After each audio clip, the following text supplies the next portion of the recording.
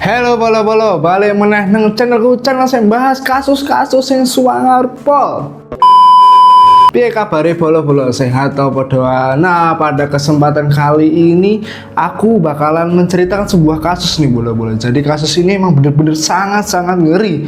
Nah, mengapa bisa ngeri? Jadi pelaku dari kejadian ini telah menghabisi korban sebanyak 100 anak laki-laki, bayangkan. Dan cara yang digunakan pun cukup tidak ngotak gitu loh. So, gimana ceritanya bolo? Jadi sebelum itu kalian carilah tempat sing nyaman, terus golek panganan untuk nonton video ini sampai selesai. So, tanpa berbasa-basi lagi, let's go.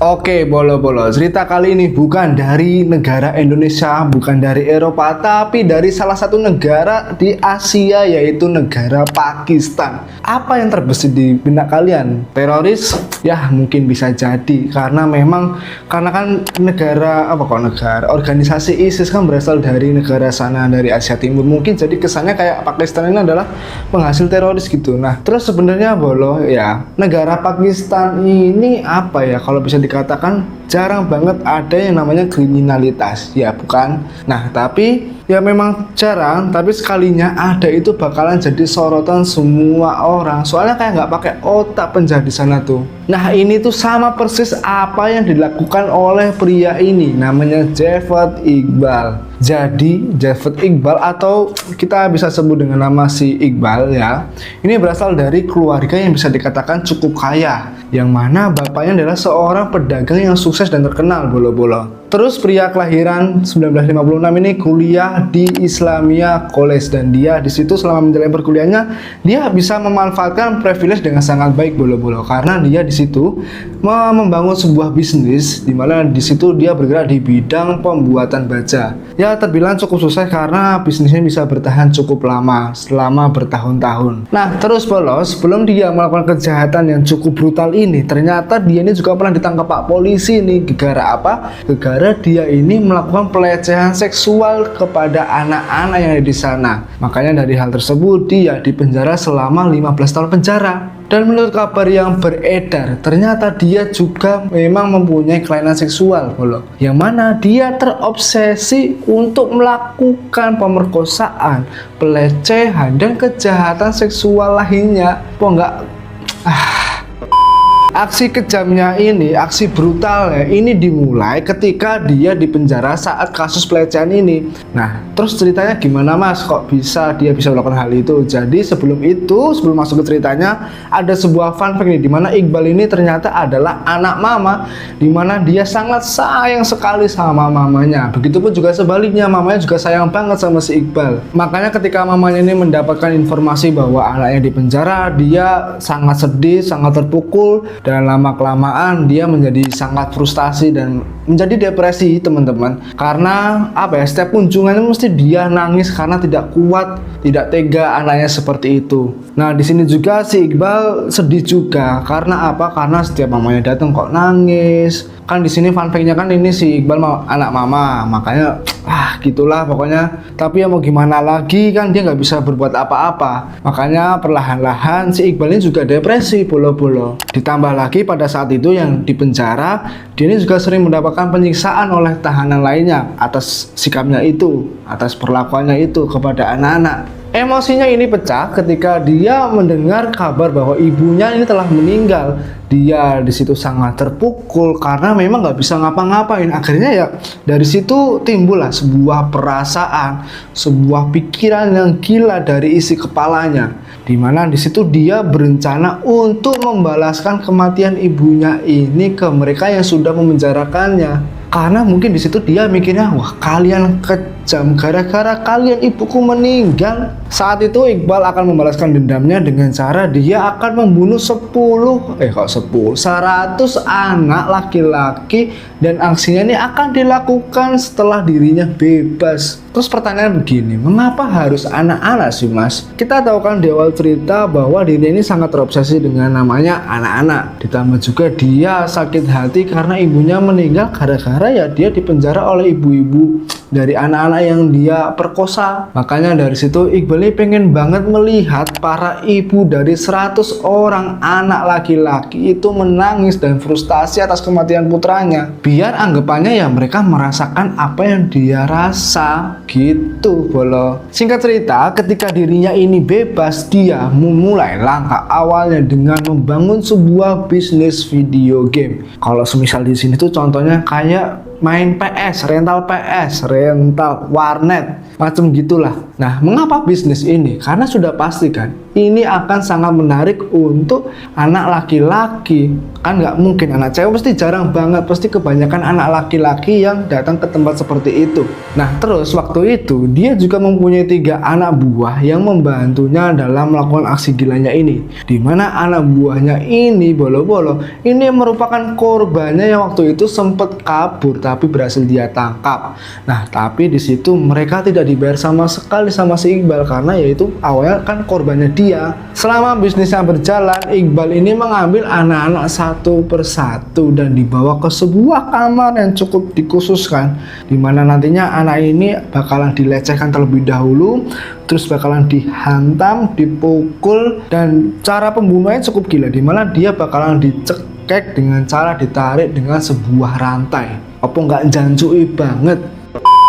Nah, terus selain si Iqbal ini melakukan dengan cara seperti itu, dia juga mempunyai cara lain di mana dia bakalan menjebak anak-anak di sebuah taman. Jadi memang pada waktu itu Iqbal ini sengaja banget menaruh sebuah uang di mana banyak anak laki-laki ini melintas. Nah, jadi setelah dia sembunyi, nanti ada seorang anak yang mengambil nih. Di situ Iqbal langsung muncul dan menuduh bahwa anak itu telah mencurinya. Di situ Iqbal langsung mengancam bahwa anak-anak yang telah mengambil uangnya ini akan dibawa ke kantor polisi. Mendapatkan ancaman seperti itu ya sudah jelas bahwa anak-anak pasti takut, bingung juga kan. Makanya ketika si Iqbal ini mengajak anak tersebut, ya anak itu tidak bisa melakukan perlawanan sama sekali. Toh ya karena dia ini kan menemukan uang, bukan mencuri. Kayak otaknya tuh nge-lag, nge-freeze gitu loh. Barulah di situ Iqbal membawa anak-anak tersebut ke ruangan yang tadi yang telah ia persiapkan. Di situ juga dia pernah nih menyewa sebuah villa yang memang sengaja, mungkin karena gabut, jadi dia menyewa villa untuk menghabisi anak-anak yang ia temukan di jalan. Nah, terus kedua cara yang telah ia gunakan tadi, dia juga menggunakan cara di mana dia bakalan berburu anak-anak yang seliweran di jalan.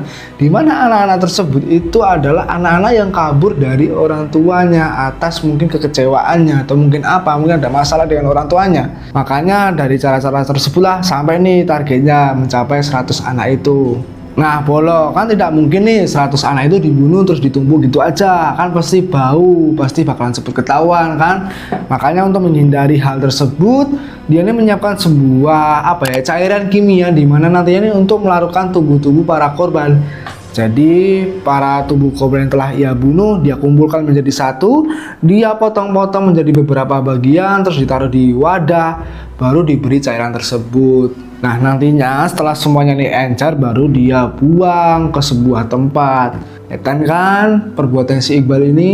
Desember 1999, setelah semua korbannya ini berjumlah 100 orang, Iqbal akhirnya memutuskan untuk membuat surat yang nantinya akan dikirimkan ke kantor polisi bolo-bolo. Isi surat tersebut apa mas? Jadi isinya itu adalah berupa pengakuan atas apa yang telah ia lakukan. Terus dia juga menceritakan bagaimana cara dia melakukan semua ini. Mantep kan? Apalagi di situ juga yang bikin mencengangkan, dia menyertakan identitas dirinya gitu loh. Anomali banget, sumpah. Wong biasanya kan pembunuh itu kan kabur, lagi malah nyerahin dirinya sendiri. Apa dia ngelakuin hal ini tuh apa bangga kali ya? Udah bunuh 100 orang nih. Keren kan? Terus di sini ya ternyata Iqbal ini nggak hanya mengirimkan surat itu ke kantor polisi, tetapi dia juga mengirimkan ini ke media koran setempat. Makanya dari hal tersebut kasus ini menjadi viral. Polisi yang pada waktu itu membaca surat cukup kaget, cukup tercengang, loh kenapa bisa-bisanya ada seorang pelaku mengirimkan surat, kan aneh banget kan. Makanya mungkin untuk memvalidasi akhirnya polisi meringkus si Iqbal di tempat video gamenya itu. Nah terus di situ selama proses interogasinya memang di situ dia mengaku jika itu adalah surat dia, dan dia juga mengaku bahwa dia ini dalang dibalik hilangnya anak-anak yang ada di sana. Setelah itu ya atas pengakuan tersebut Iqbal ini dipenjara dan akan melakukan proses persidangan nantinya. Di hari persidangannya bolo-bolo Iqbal koyo wong gak jelas banget, sumpah sebel gua. Mosok tiba-tiba dia ini menarik pernyataannya bahwa wah aku bukan pelakunya. Aku nulis surat ini ya cuman untuk melakukan sindiran politik pada waktu itu. Dan hanya aku juga nulis ini cuman untuk fantasi aja, nggak lebih. Aku hanya resah sama anak-anak yang hilang pada waktu itu. Tapi ya naas banget nih buat si Iqbal karena Pak polisi ini sudah sudah mengecek tempat yang sesuai dengan isi suratnya, makanya dia tidak bisa mengelak. Di situ polisi soalnya nemuin banyak banget barang bukti loh, alat-alatnya, peralatan untuk membunuh, pokoknya banyak banget. Makanya ya udah kapok. Nah, waktu itu ketika Iqbal ini menyampaikan alasannya mengapa dia melakukan semua ini, hal ini karena dia pengen balas dendam ke pihak kepolisian karena sudah membuat dirinya dipenjara dan membuat ibunya ini meninggal dunia. Dan di situ juga dia menyampaikan, aku bisa aja nih membunuh 500 orang, tapi karena aku adalah laki sejati yang menepati janjinya, makanya aku cuman membunuh 100 anak aja, nggak lebih. Atas perbuatannya itu, Iqbal ini divonis hukuman mati, tapi ketiga anak buahnya ini hanya dipenjara seumur hidup. Nah, terus untuk hukuman matinya gimana? Jadi pada waktu itu di negara Pakistan ini masih menerapkan hukum qisas. Kalian tahu nggak hukum qisas? Jadi hukum qisas itu adalah sebuah hukuman yang sama persis apa yang telah dia perbuat terhadap para korban. Jadi kan si Iqbal ini kan membunuh anak-anak itu dengan cara dipukul, dihantam, dicekek dengan sebuah rantai, lalu dipotong-potong, terus dicairkan ke dalam sebuah cairan kimia. Itu akan terjadi juga kepada si Iqbal. Jadi nanti Iqbal bakal dicekek, dipotong-potong, terus dicairin tubuhnya. Apa nggak mantep banget? Coba aja di negara Wakanda ada hal-hal seperti ini. Nah, akan tetapi sebelum hukuman ini dilakukan, ternyata Iqbal ini sudah meninggal terlebih dahulu di penjara. Ya, terdapat dua dugaan pada waktu itu. Yang pertama, ada dugaan di mana dia bunuh diri karena memang tidak ingin dihukum seperti itu. Terus yang dugaan kedua, di mana dia ini disiksa habis-habisan oleh para narapidana yang ada di sana karena atas apa yang dia lakukan. Ya pokoknya para tawanan sangat jengkel, sangat geram sekali dengan si Iqbal, makanya ya disiksa habis-habisan di penjara. Makanya karena tidak kuat ya mungkin dia bisa mati di situ. Ya memang pantas memang si Iqbal ini mendapatkan hal-hal seperti ini. Jadi ya kurang lebih seperti itu bolo-bolo mengenai cerita pembantaian yang dilakukan oleh si Iqbal kepada 100 anak laki-laki di daerah Pakistan. Pendapat kalian bagaimana terhadap kasus ini? Tulis di kolom komentar ya. Jadi ya gitu aja, cukup. Aku ucapkan terima kasih banyak buat kalian yang udah mau nonton video sejauh ini. Aku doakan supaya kalian ini bisa sehat dan banyak rezekinya. Buat kalian jangan lupa ya klik tombol subscribe-nya, jangan lupa di like, share, dan nyalakan tombol notifikasinya biar ini aku semangat untuk ngonten dan kalian juga mendapatkan cerita-cerita menarik lainnya. Oke, gitu aja. Aku akhiri, see you and goodbye.